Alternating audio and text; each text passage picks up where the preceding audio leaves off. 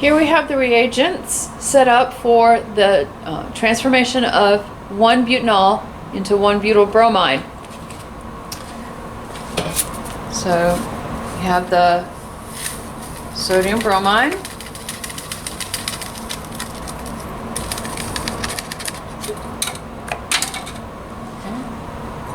the water,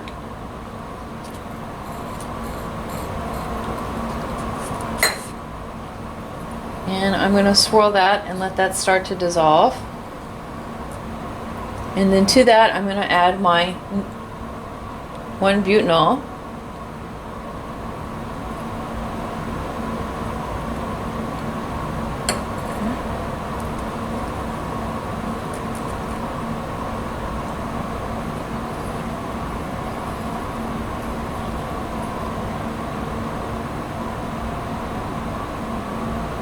You'll notice, if you look, if I bring this really close, that the butanol and the water are not absolutely soluble.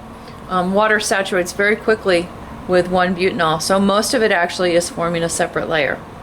The sodium bromide, some of it's dissolved, not all of it, but that'll be all right. I'll use a stirring rod to break up that large chunk some, but we're going to go ahead and move it into our ice bath so we can get it nice and cold before we start the addition of the sulfuric acid. Okay, our round bottom has been sitting for a bit and is now close, if not at room temperature.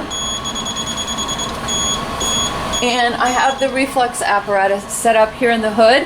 I don't have a drying tube because it is in the hood. So notice that we're using the condenser we hadn't used before. Okay, it's the one that looks kind of thin and it's set up vertically, but I've just started the water running through it, and now I'm going to add the round bottom. If the hood won't give me too much complaining. Okay. And I'm going to start pretty high up because here again water is my solvent and it boils at 100 degrees C. And then now time is now 2:40 today, so I'm going to make a note of that, and then just before 4 o'clock I'll be ready to take it off. Here again I'm going to give it the hour 15 because the heating mantle isn't hot, and so I want to go to the longer side of the time frame indicated. So from 2:40 to 3:40 would be an hour, but then another 15 minutes just to make sure that gets hot to the point of refluxing. Alright, while we have our N-butyl bromide cooking, I'm going to prepare T-pentyl chloride just in my separatory funnel. Okay, already pre-measured the T-pentanol and some concentrated sulfuric acid, hydrochloric acid. Now here again, nice heat of solvation, but I'm just going to swirl it for a bit, try and get all that concentration effect dissolved out, and then I'm going to grab a stopper and start shaking.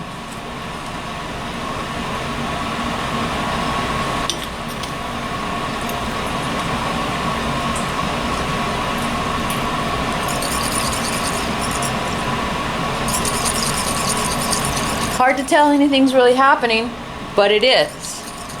The agitation is enough energy to get the water to protonate and then leave, and as soon as that happens, the chloride floating around in the aqueous HCl can attach and form your T-pentyl chloride.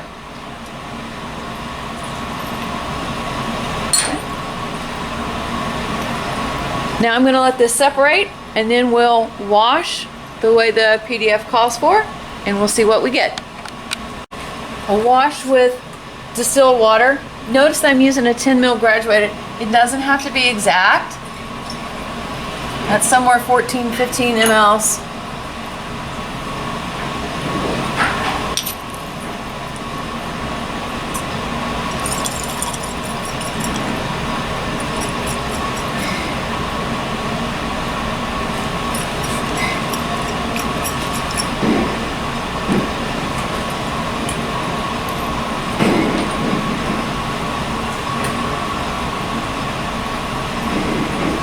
here again, the water aqueous layer should be on the bottom. But as I start, I'm going to add just a little bit of that bottom layer. And then I'm going to check to see, does it bubble or does it add? And right now it's adding, so indeed the aqueous layer is back on the bottom.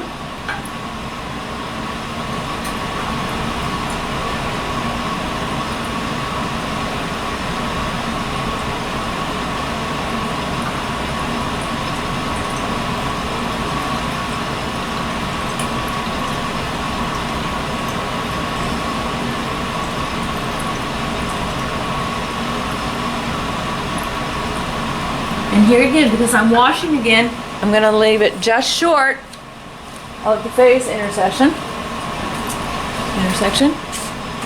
And now, just a little bit more than 10 mils of some aqueous bicarbonate.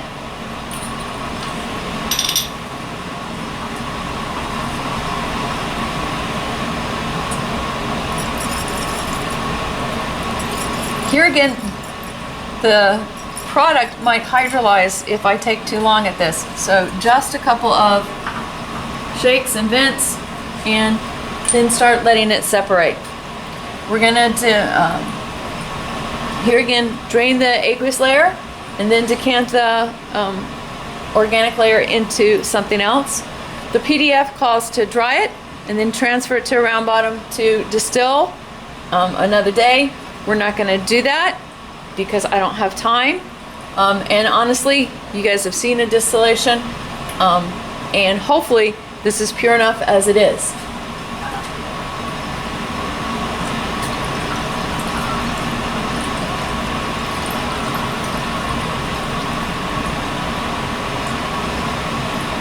Now comes the moment of truth when I have to decide what I'm doing about that final little bitty bit of water. I think I'm going to leave it there and dry it out. All right, so here's my T-pentyl chloride with some drying agent in. Notice how there's quite a bit that is not all clumped together.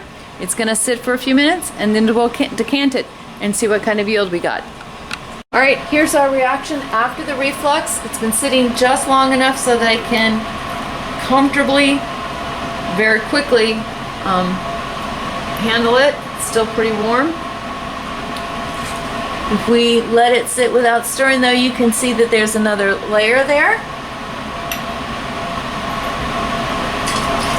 I'm going to decant it into the separatory funnel. Trying to make sure that I leave the boiling chips in the round bottom.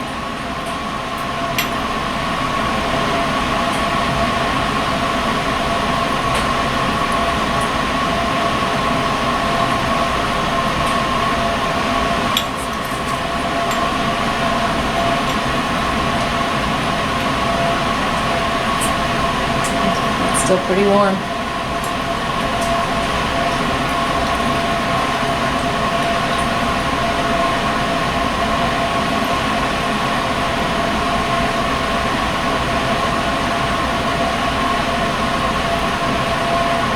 Okay, that's most of it, everything. Now I just measured out about 14 mils of cold sulfuric. Before we do that,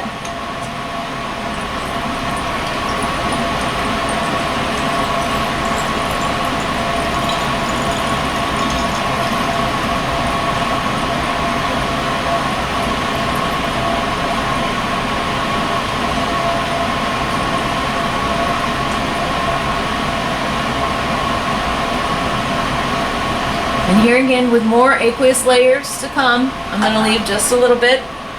Now the rest of the cold sulfuric.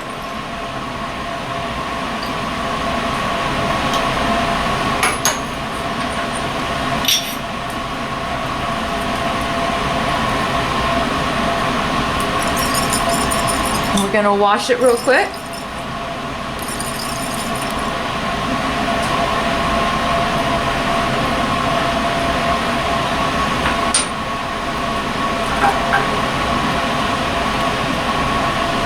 And we're going to give this a few minutes because the layers are going to take a little bit longer to separate.